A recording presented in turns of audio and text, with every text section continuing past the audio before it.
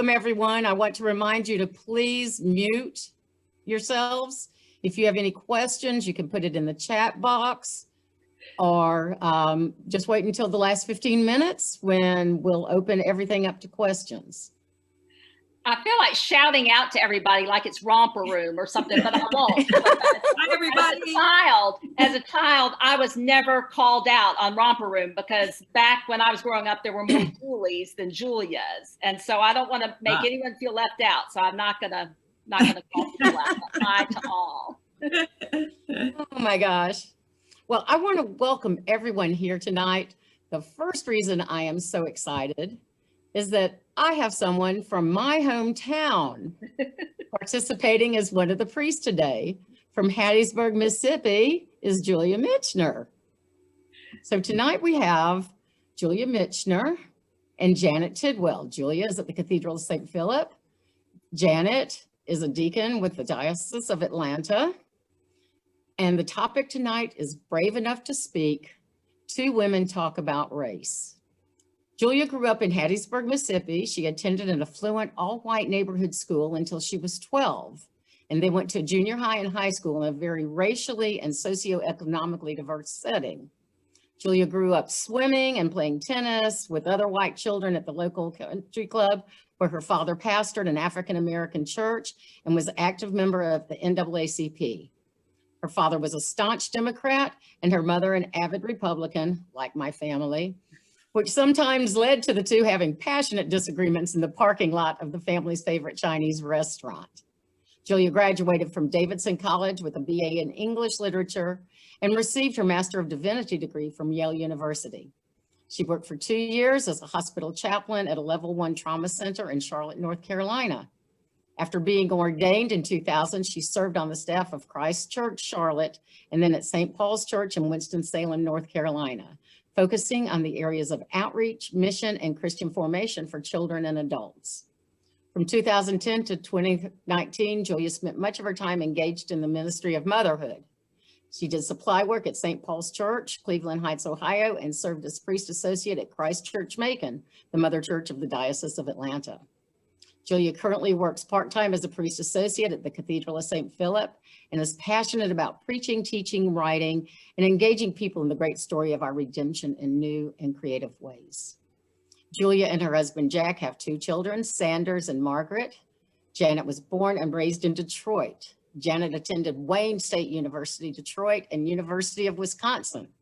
Following college, she became an elementary school science teacher, and after years of teaching, she became a human resources manager for a media corporation, working for a newspaper, companies, and TV stations. She was next employed as the Deputy Secretary of Wisconsin's Department of Employment Relations.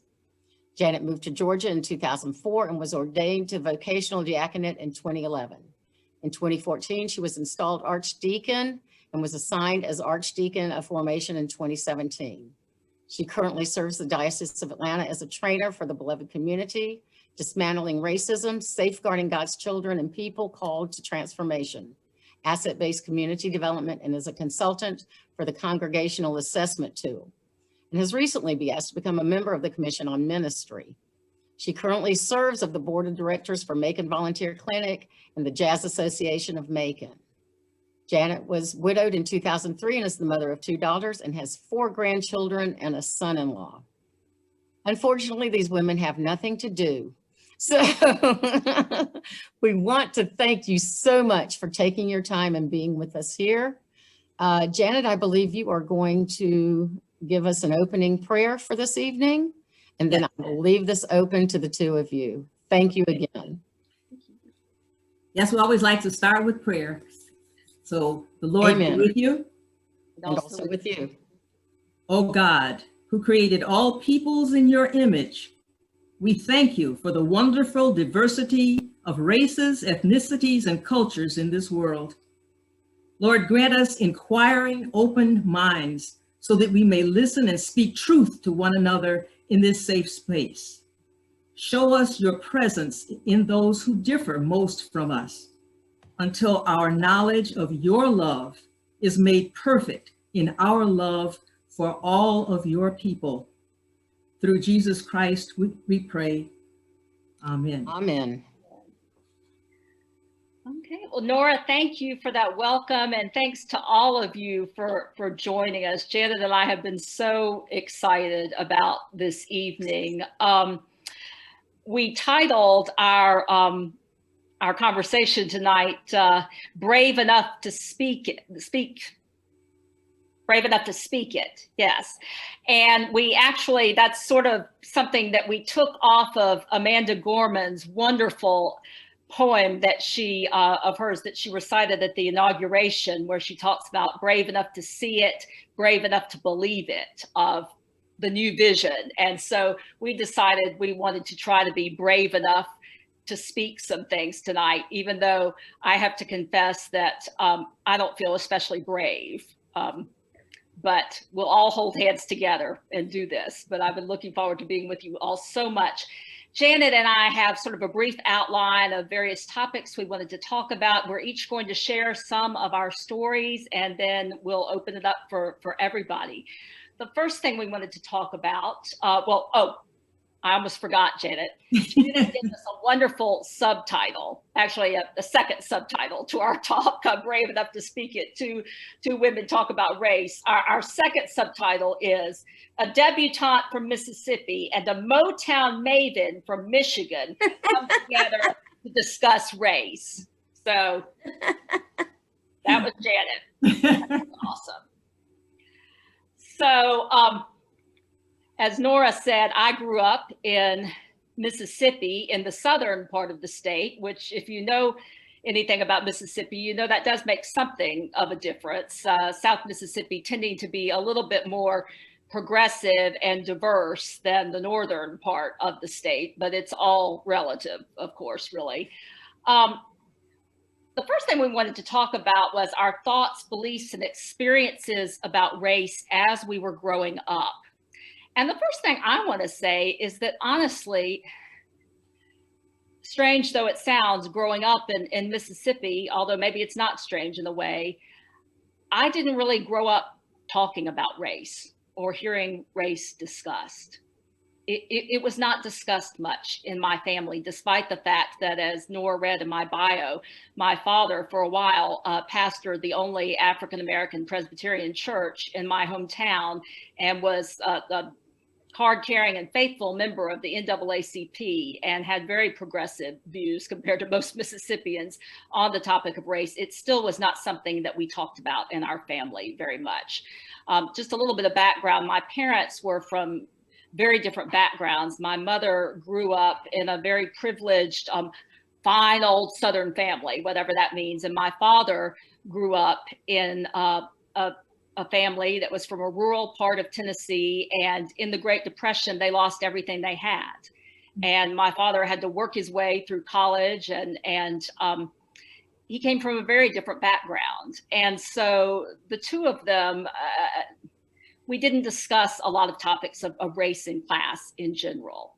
And for my mother and her family, it really was not. And a lot of the whites with whom I grew up in Mississippi, it was, again, not considered polite to discuss racial issues. I can remember my grandmother over lunch, for example, out in public, talking about someone, and if she wanted to refer to their race, she would lean over to my mother and say, "She's black."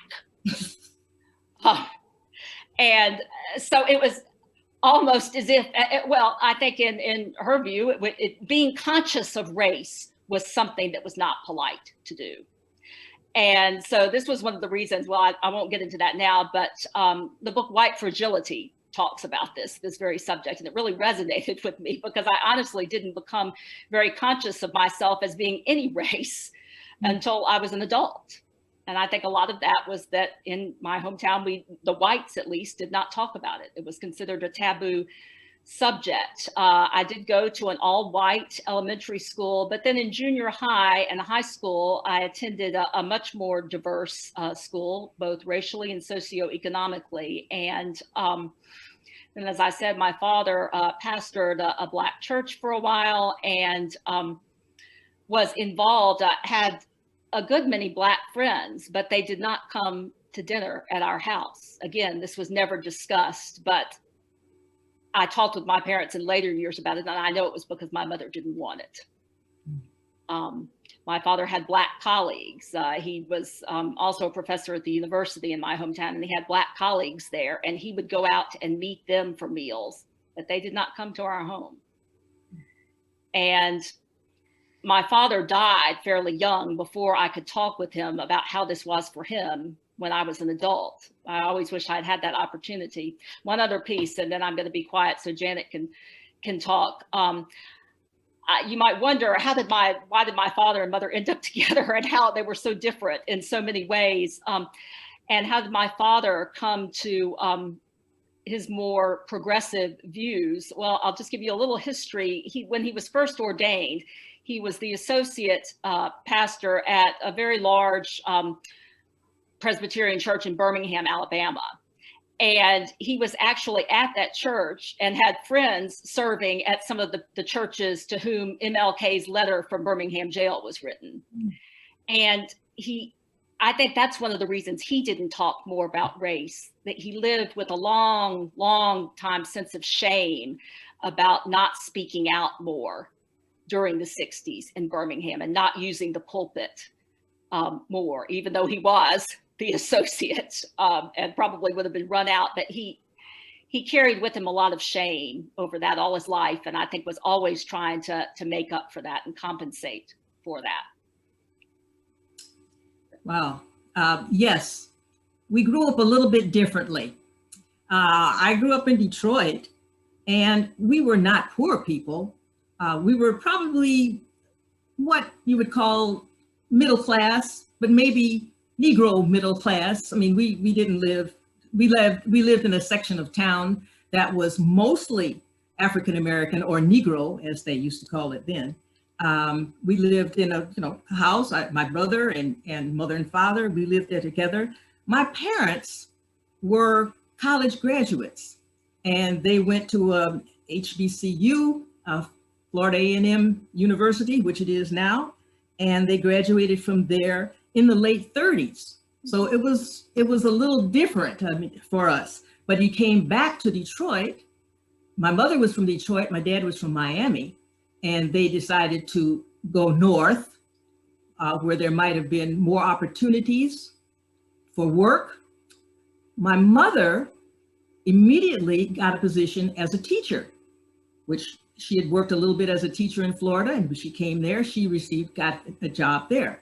My dad, who had majored in something that really was not appropriate in those days. Black men were not hired in the media newspaper business. And so he never worked at a newspaper. All his life, he was a bus driver in the city of Detroit with a college education. It never came to me until later to see, well, why mother and father, college educated, why did one pursue a profession and the other really worked essential worker job? He did love it, but that's what he did. So there was no conversation, as I can remember as a small child, about race. My grandparents lived in Detroit also. Yeah, I was from Motown and I was all into it. Melvin Franklin, who sang with the Temptations, lived down the street from my mother, the one with the really low voice. He lived there. Gladys Knight lived on the street behind me. So, I mean, I was all into it. Hitsville, USA on the boulevard, it was not too far from where my grandmother lived. So we had a rich heritage of music. Music was always important in our family. And my grandmother was the organist, musical director at the Baptist church. And you're probably wondering, I grew up Episcopalian, wondering how I got that way. Well, my mother was Baptist. My dad was Catholic, not Roman Catholic, being from Miami and from the Bahamas. He was really probably more like Anglican, Anglo-Catholic. So they came together, and the compromise was the Episcopal Church. So that's how I was raised. I was actually raised in the Episcopal Church. We never talked about race, and it didn't really, nothing ever came through to me until maybe the 50s, possibly the late 50s. I do remember going to a record store. I listened to the radio. I remember going to the record store, and I bought a copy, a 78. You remember those big, no, some of you don't remember those big 70, but there's a big 78 records, and it was breakable, and it was Little Richard's Tutti Frutti. Okay, so I brought it home, and it broke like immediately. So I had to go back to the store and get another one. So, but that at that time, that kind of music was called race music. Okay, right. And it, again, that's where I got, okay, well, race music, race having to do with color. So that must have been, that must have been what was going on there. And I did that. That was one thing that happened. And then the other thing was we decided to move from the neighborhood that we used to live in, okay, which was more kind of industrial area, but we moved, out to the northwest side of Detroit. When we moved to the northwest side of Detroit, it was a predominantly Jewish neighborhood. Within 1 to 2 years, they were gone. White flight was real. And African Americans, Negroes, came to that area to live. And it afforded me, I think, a good education to go to a public school that was probably 85% Jewish. It was really a good education I got in high school. So then we went on, I went on to college. But that's in those, that kind of area is where it became, to me, it became, oh yeah, there is a distinct difference, especially in high school. I'm going to tell you something more about growing up and traveling a little bit later. I want Julia to talk about, we're both going to talk about how race was interpreted verbally and non-verbally. And I want to tell you some stories. But anyhow, that's my background in terms of where I grew up and how I grew up. It wasn't impolite to talk about race. We just didn't do it. It just, as a child, I don't remember it happening. But I do remember race music, white flight, things that happened in, especially in high school, which I haven't said anything about, but I will later. Julie, why don't you go ahead and talk a little bit about, so tell some stories about your early childhood and what happened. Well, I'll tell one story.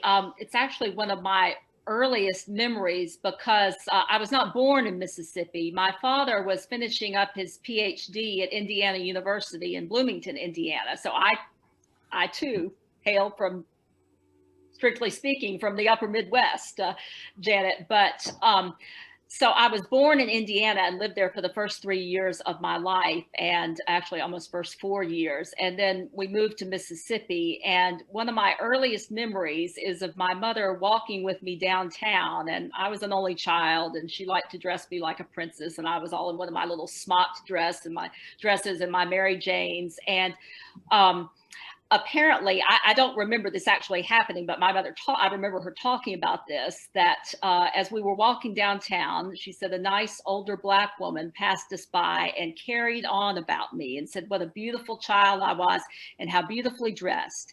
And I will never forget my mother's commentary on that. She said, "I'm so glad to be back home in the South." She said, "It's so wonderful to be around all these polite, wonderful, dear Black people. They love children."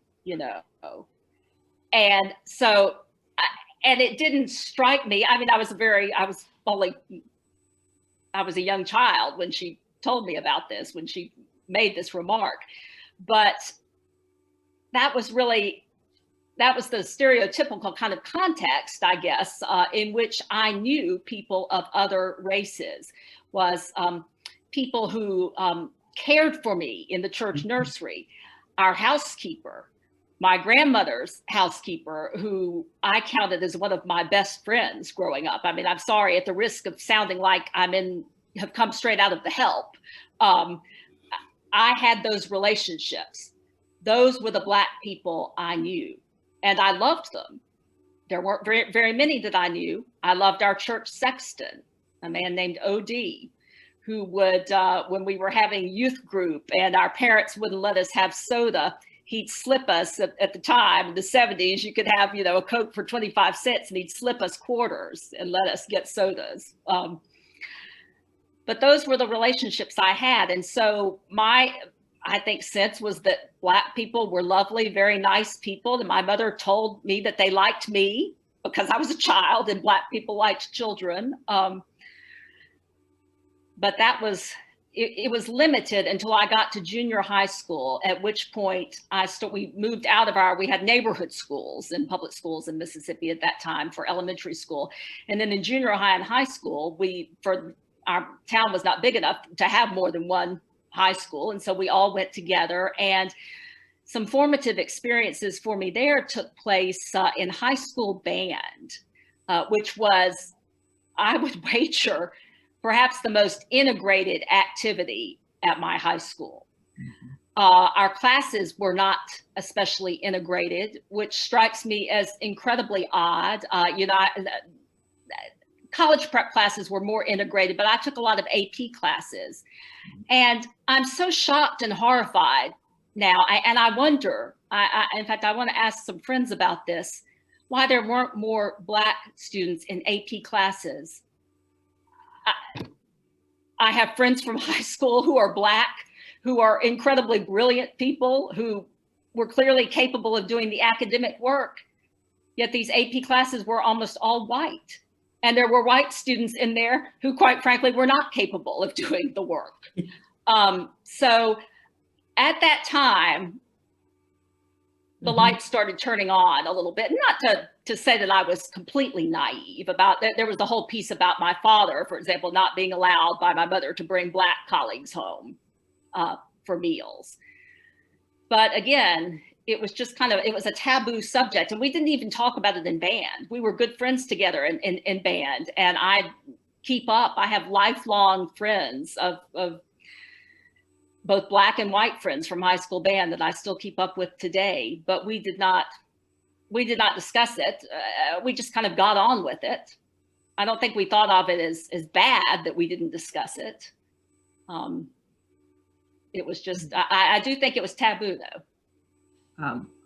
I can shed some light on why maybe there weren't as many Black children in the AP courses.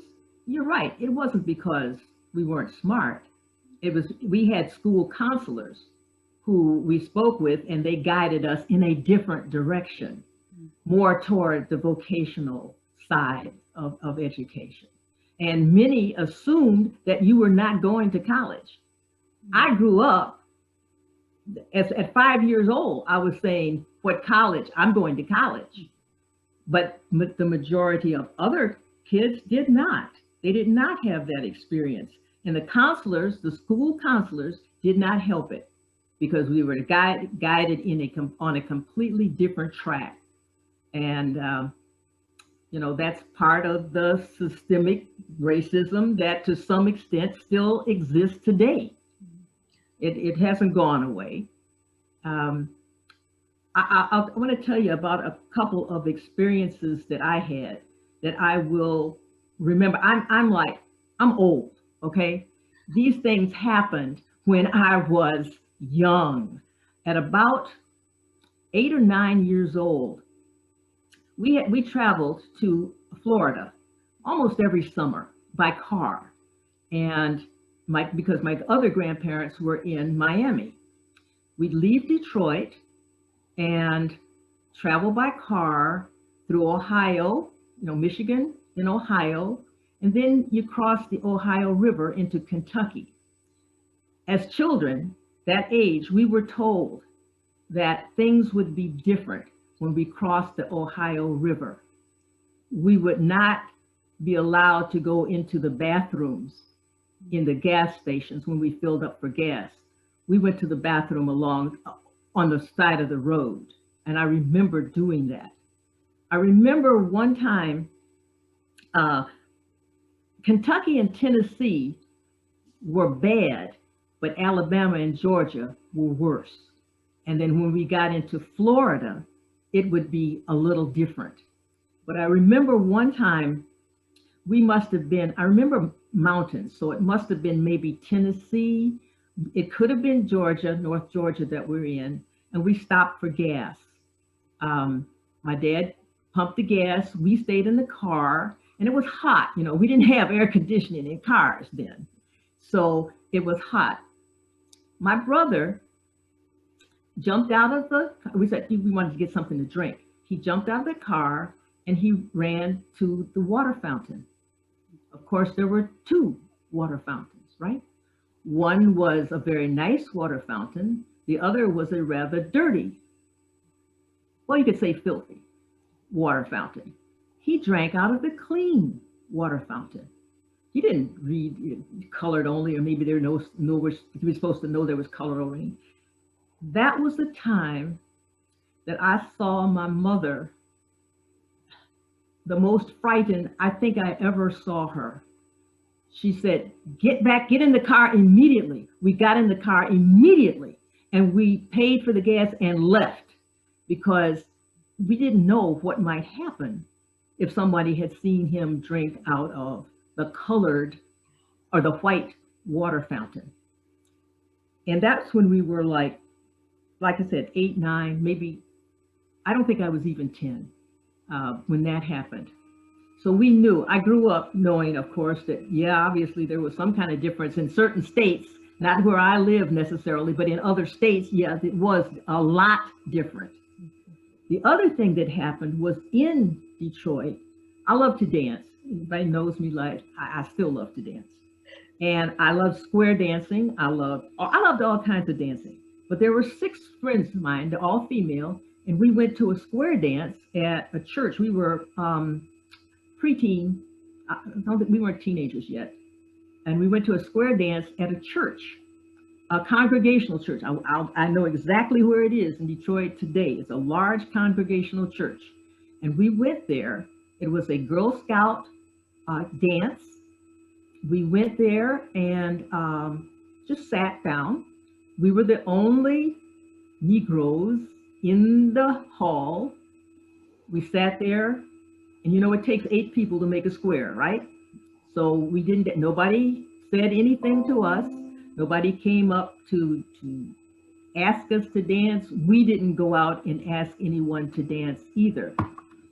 So we must have sat there a good hour and a half maybe. And finally, it was almost over.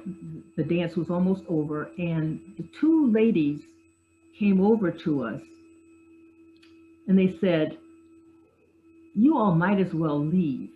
Nobody's going to dance with you." We were in a church at a Girl Scout sponsored dance, and we were told to leave because nobody was going to dance with us. That has remained in my mind, in my heart, in my soul until this day. Just because of the color of my skin, we didn't cause any trouble. We weren't doing anything wrong. We just sat there politely and were told to leave. That left an impression on me for my whole life. I'll never forget that. And what it does to you, it eventually it starts to work on you. Like, I must not be very good. I guess, you know, for some reason I'm not accepted. Okay, and that works on children. And you know, it manifests itself in some not so good ways. I'm sure if I hadn't had a a supportive family and good friends, I might have turned out a little bit differently. I could have been very angry, or I could have been really despondent and never figured I never amount to anything because of what people had told me and how people had reacted to me. So that's some of the stories of how verbally and non-verbally I was treated as a young person. Gosh, it's hard to know what to say to that, Janet. I'm just gonna sit with it, but I think for me too, even though I think this was operative at a fairly subconscious level, I too thought that being white was, I was brought up to believe that was better, or at least that was the norm. I didn't think of myself as having a skin color, honestly, for the longest time. And again, this is something that Robin DiAngelo brings up in her book, White Fragility, for those who have read it, talking about that white for so long has been seen as the norm by which all other races are judged and assessed. And I think that I was aware of that on a subconscious level as a child, even before I began to be in dialogue with anyone or began doing any reading on the topic of race. You mentioned dances. I will just throw in this little piece of trivia, which actually we were very proud of it. It didn't feel so trivial to us at the time, but my high school class in the late 80s, Hattiesburg High School, my high school class was the first class, which is kind of stunning to say this.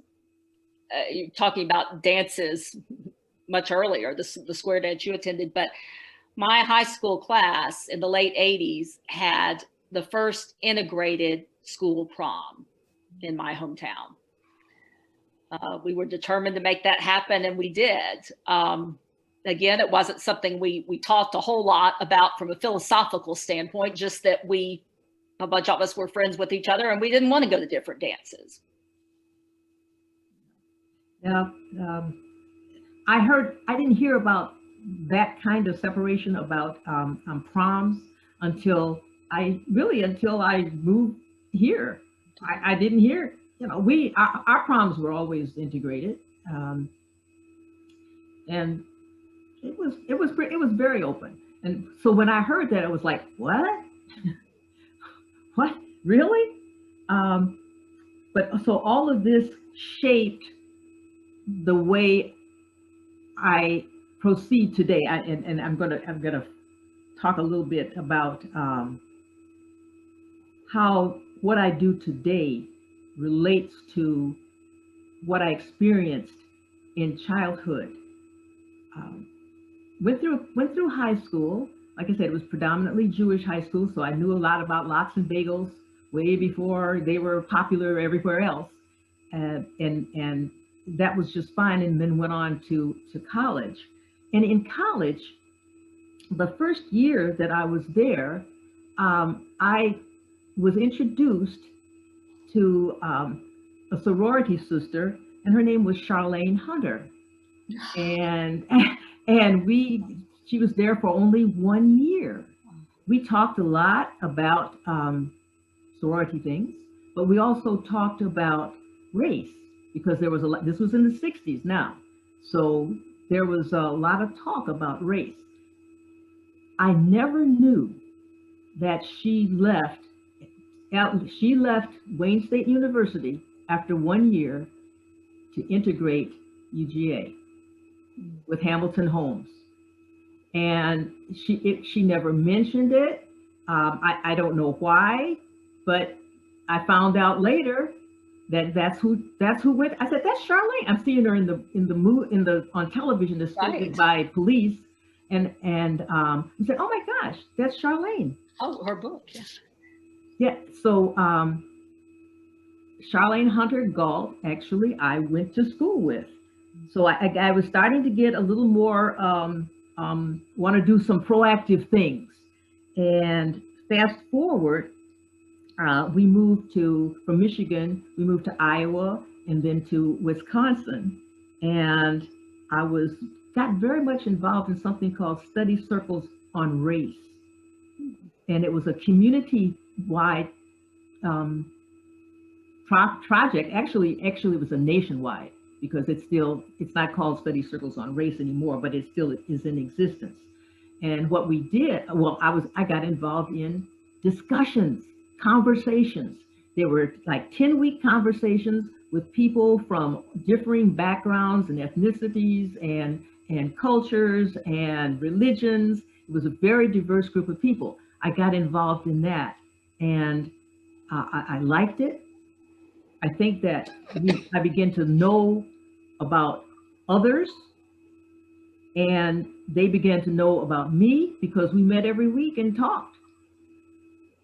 I liked it so much that I became a trainer.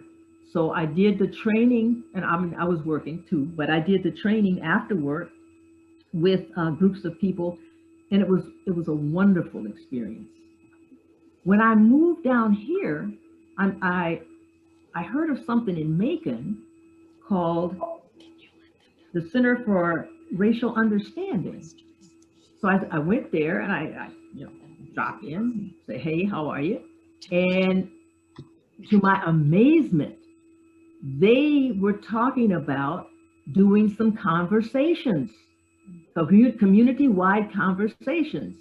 I said, oh my gosh, this place where I had, this state where I had not had real good vibes about, they wanted to do some conversations.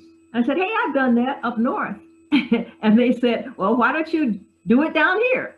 So that's how I got involved in really racial reconciliation work here. And that's where I met Catherine Meeks. And Catherine, those people who know Catherine, she's been on it for a very long time. And we used to go back and forth to the Cathedral because we were both on the Anti-Racism Commission, which doesn't exist anymore. And we always were talking about why they call it anti-racism. That kind of turns people off right from the get. You talk about anti-racism. So we eventually got to the point where we call it dismantling racism, the beloved community, and now that is now the Absalom Jones Center for Racial Healing. So it's been a good ride. It's been a long journey and a good ride, and it will continue. Yes, I haven't stopped. But anyhow, that's kind of my passion right now, is to do that work. I am a trainer with the diocese, and because of the pandemic and Zoom, we're able to have people from all over the world join in that training now. So it's been wonderful. And I also wanted to, I would let Julius talk, but I also want to tell you that we have a youth program for dismantling racism. And that's what, to me, that's where we got to get it with the young people. That's got to be where it starts. So that exists now, a curriculum just exists, and it is being done, probably not a whole lot right now because of the pandemic, but I was involved with a group that did it in Warner Robins, Georgia, and it was great. It's very, very good. We've looked at it some for the future for our youth at the Cathedral. It's a fine program. We are just so blessed to have, as you said, Dr. Meeks and the Absalom Jones Center here. And for any of you who have not gotten to take part in the Dismantling Racism training, Janet is an exceptional trainer, and I highly recommend that program. It is open to lay people. Some lay people are required to participate by virtue of their participation on the vestry, but of their parish. But Janet, I believe that anyone can sign up. Is that correct? That's correct. To take part? So it's You do wonderful work there. And Janet, while you were talking, Andrea helpfully reminded us, and we knew this was going to happen, Janet. We knew we were going to get talking about our childhoods and weren't going to be able to stop and move on. But, you know, I tend to think that the Spirit leads us to say the things that perhaps most need to be said at the time allotted. But we are coming up on Q&A time. But briefly, I so appreciate, Janet, you're talking about how this is a long journey and you're not giving up, you're continuing on and not stopping. Just a tiny bit about my journey, which has been much shorter. I used to say to my shame, I'm working on that, issues of shame around race and my upbringing. It's come to my attention that shame is not necessarily very useful for me in my quest to become an anti-racist. So I'm working on letting go some of that. In fact, there was something you said earlier that made me think, oh, I want to correct the way I said that because it didn't sound very good. It didn't sound the way I wanted it to sound, which I realize is all about me and my whiteness. So that is sort of where I am on my journey right now. I hope I'm beginning to wake up some and beginning to become an ally, but I have a long way to go. And the main thing I'm working on in my journey right now is that sort of posture of non-defensiveness, not constantly needing to defend myself, my background, white people in general. I mean, I've struck how often I part of a political action group, a Facebook group, and we were talking about, I can't remember what the topic was. It was a topic related to race, though, and someone said, a Black person who was a part of the group made a comment and said, white people need to do this or that, or why can't you white people do this or that? And it was astonishing the number of white people who jumped in and said, well, I'm not like that, I'm not like that, I'm not like that. And I realized I have done that for so many years, though. I've wanted to say, well, I'm not a racist, I'm one of the good people, and that I have wasted time and energy in doing that, and that is not at all helpful to the cause. And so I am working on a posture of non-defensiveness, of trying to listen more than I speak, even though I've done a lot of speaking tonight. And also of, and this is a really hard one for me because I grew up, since I've spilled the beans about my family, I'll tell you also, my father was bipolar, and his, he had terrible rages when he was in manic phases. And so people's anger is often very frightening to me because of my childhood experiences of that. And so I think that's one reason that I started out by saying I don't feel very brave, and I don't. I feel frightened sometimes to have these conversations because of people's anger. So I'm trying to learn to sit with people's anger. I don't even want to use that term, justifiable. I'm trying to learn to sit with the anger of people of color who confront me about things. I have a very dear friend who is very good about confronting me, and it's, I'll tell you, and she stuck with me. We could go on for another 2 hours on this, but I really want to open this up to people because I'm sure there's some questions out there. So we're going to go ahead and unmute everyone. And if you have a question, please just jump in. I see lots of mutes. If you guys could unmute yourself, that would be great. There we go. Do we have, Hi, Hazel. do we Hi, have Janet. that would ask some questions, please? Well, I have a question of Janet. You know my granddaughter, Sarah, very, very much involved in starting new things at the high school. And I'm wondering if she wouldn't, in her last, well, like next year will be her last year of high school, if she would dismantling racism be something that she might want to start in her high school? She's very much one of those people that will lead things. Okay. And I, like you say, something that right now the program is designed for anybody, but it does take people who are who have been through the training. Yeah, okay. It's a train the trainer type thing. If they Yeah. go through the dismantling training, then they can again start a group with dismantling for youth. Just don't want to throw it out there because when you do something for youth, the parents must be involved.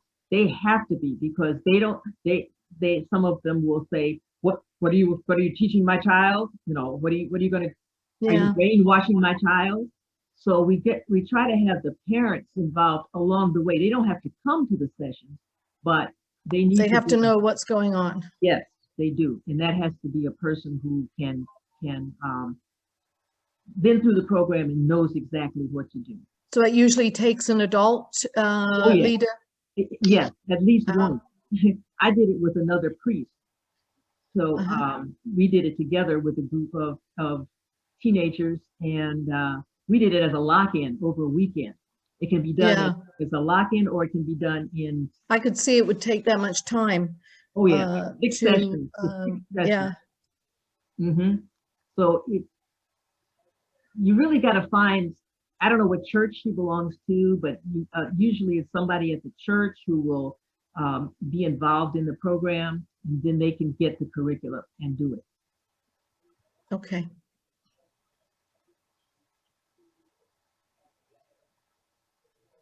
For the both of you, for someone new at this, what would you suggest? Would you suggest maybe some books? I know Janet and Julia have given us a list of books that we will publish on our website. Most of them are available here at the bookstore, but if someone needed to start someplace, where would you suggest they start? I know Julia wants to take some of this. Well, and this is on our list, but I really love, I'm a huge fan of Jim Wallace. The folks know Jim Wallace, the head of Sojourners magazine. He is just such an incredible leader in my book within the Christian community, because he is a progressive evangelical. Mm-hmm. A lot of people think that doesn't exist, but actually it's a growing group. So Jim Wallace, I mean, and he's written so many books, but gosh, I can't remember when this book came out, maybe about 10 years ago, Janet, but the book America's Original Sin. Oh, yeah. Mm-hmm. By Jim Wallace is an outstanding introduction, I think, from a faith perspective. It talks a lot about the systemic racism that's endemic in the church. And he shares a lot of anecdotes, stories from his own life and work. It's highly readable, very accessible. So I think that's a great book for me. Last summer, reading Ibram Kendi's book, How to Be an Anti-Racist, was very important on my journey. And of course, I mentioned several times White Fragility. I know that a lot of people have sort of mixed feelings about that book because it's written by a white person, and but it was helpful to me. It's good. I mean, my daughter was reading it with some other African Americans, so it is, and they did they're doing a book study on it. So it's good. It's good. I have it, and it's worth reading, and having conversations about it are important. The other book, Jim Wallace, that I would recommend, a newer book, is Christ in Crisis. That's a great one. And if you don't read anything else, you go to the back of that book and read what he calls the Reclaiming Jesus Declaration. And you just read that part and you're going to read the rest of the book, because he says that's what we have to do. We got to reclaim Jesus. Jesus has been hijacked. Presiding Bishop Michael Curry has said Jesus has been hijacked, and it's the truth. But if you read that, and a part that it tells you what you believe, okay, we believe in certain things as Christians, and then he talks about if we believe that, here's what we reject. And to me, I mean, he mentions, being clergy, he mentions Matthew 25. Matthew 25 talks about treating the hungry, the naked, the stranger, the sick, the prisoner. And truly, I tell you, just as you did it to one of these members, you have done it to me. He's talking about Jesus. If we don't pay attention to that, I mean, that's my diaconate. That's my deacon talking. Those are my marching orders right there. Matthew 25. That says it all. But if you can get a hold of Christ and crisis, and then there's another book I'm going to recommend highly, because having conversations is difficult, especially in these times. I mean, yes, Julia, it does take courage, a lot of courage to face. And there's some people out there who, to me, it's not worth my having a conversation with them. But if person is a family member, that could create big problems.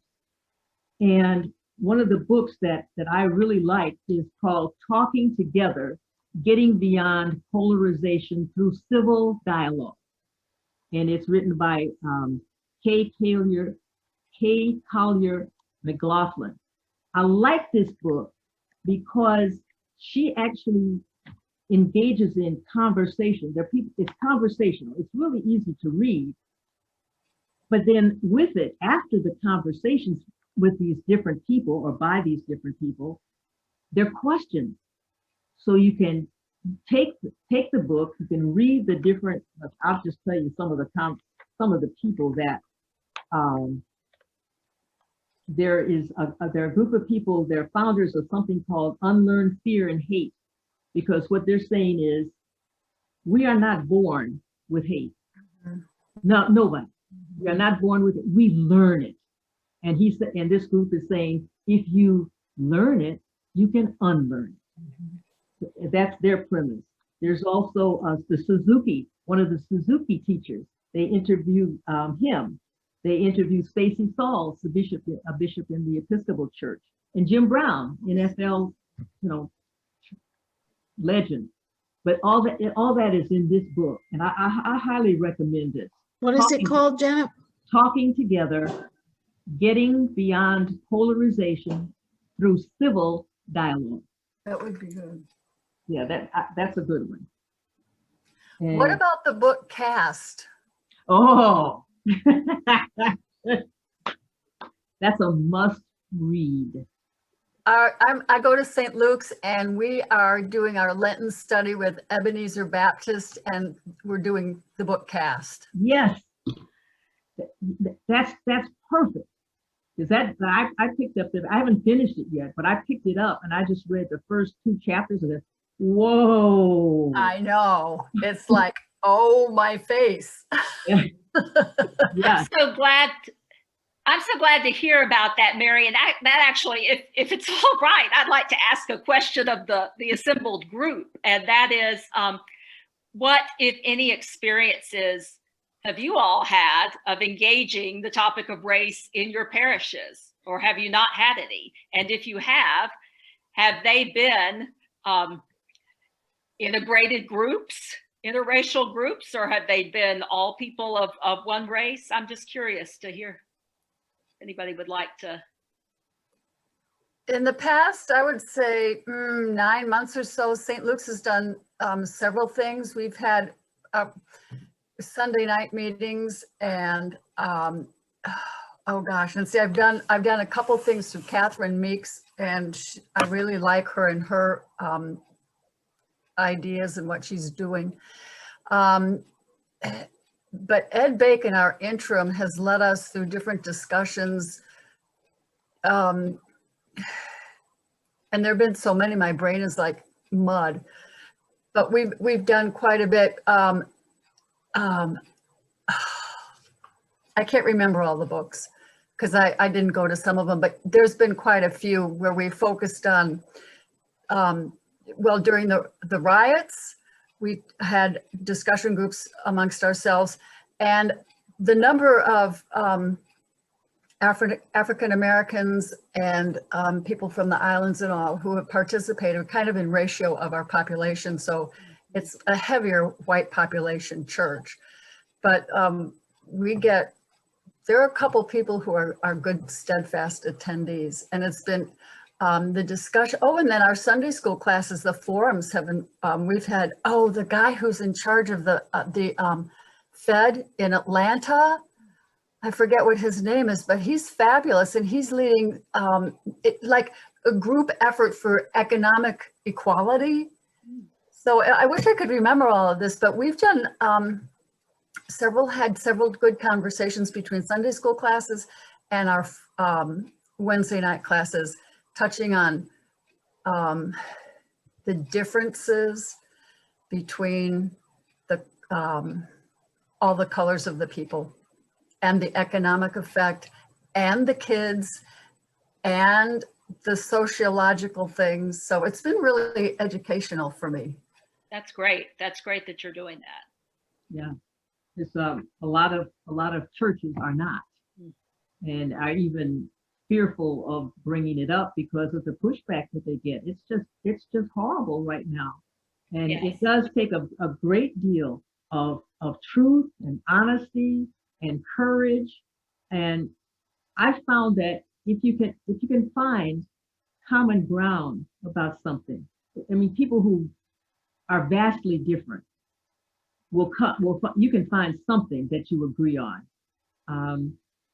I remember being in a restaurant before the 2016 election with some people who were obviously supporters of Trump. And the person I was with and me, I mean, we were not, but we talked there. And we found some areas, we talked about some areas of education that we could agree on. And we had a really good conversation, and they ended up paying for our dinners. I mean, it was really good. So it can happen, but you have to approach it from, for me, an attitude of not being judgmental from the beginning. You know, don't look at people like, oh, I know what that person is. Oh, I know who that is. I know what they are. Because you really don't. You don't know their stories. You don't, like people who talk to me, they don't know my story. So I think it's very important to tell your story truthfully. You know, and yes, there'll be some anger involved, but maybe you can hold that anger back. Because like, you know, I'm listening to Julia. You know, she's talking about why she would have some fear about anger. It had nothing to do with race. It had to do with her father. So once we hear each other's stories and know our backgrounds, we were able to get it to, you know, be able to talk more together honestly. And that's what it's going to take. I pray that God is interfering. Interfering. Yeah, he is interfering. Absolutely. and you know, that's one of the things I remember Jim Wallace specifically talks about this issue of the need for more dialogue within and without our parishes, because the reality is, of course, most of our parishes are segregated still. But most of us don't attend a truly interracial parish. I mean, I have served, I'll be raise my hand here and serve. In 20 years of priesthood, I have served almost entirely at parishes that got really excited and felt really proud of ourselves when we had like 5 Black families that attended. That's been the reality. Am I right? And you know, I mean, my heart would skip a beat too. I'm just as guilty as the next person. But so Jim Wallace points out that for most of our congregations, if we are really to engage in honest conversations about race, we are going to need to partner, like St. Luke's is doing, with another parish in order to make that happen. That we can't just rely on the 3 or 4 token families of color that we have in our parish and think that we're really going to be able to have an honest engagement on issues of race and the Christian faith. I hate to do this, but it is 8 o'clock. Like I said, we could go on for a long time. Next week, we're going to have the Reverend Greg Talent from Holy Trinity in Decatur. and the Reverend Jenna Faith Strezak from St. Benedict's in Smyrna. And they're going to discuss no cradles coming to the priesthood from other traditions. Oh, nice. Join us then. I just want to thank both of you for being brave enough to share such personal stories with us and Thank you, give Nora. insight to a very difficult question that I think we all struggle with, if not on a daily basis, very often. Julia, thank you all for being here tonight. Thank you for being part of this. And Julia, if you will send us out with a prayer, I would greatly appreciate it and hope to see you all next week. I will. Thank you, Nora. Thank you, Janet. Thanks to all of you. And I'm going to suggest that we conclude with the Lord's Prayer. And you know, the way it works on Zoom, it'll be a little cacophonous, which I think is great. So don't feel like you have to mute yourself. Our Father, Who Art art in heaven, hallowed be thy hallowed be thy name. name. Thy Thy kingdom come, thy thy will will be done on on earth. earth as it is in heaven. Give Give us this day our daily bread, and forgive us our trespasses, as we forgive those who trespass against us. And lead us not into temptation, but but deliver deliver us us from evil.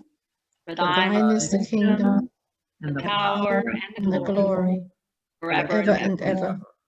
Amen. Janet, you want to dismiss so us? much. What now? That's right. Janet, do you want to dismiss us? Absolutely, absolutely. Go in peace to love and serve the Lord. Amen. Thanks. Amen. Hallelujah.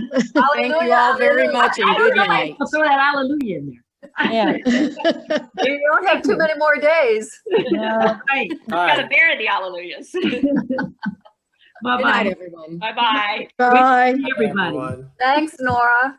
Thank you.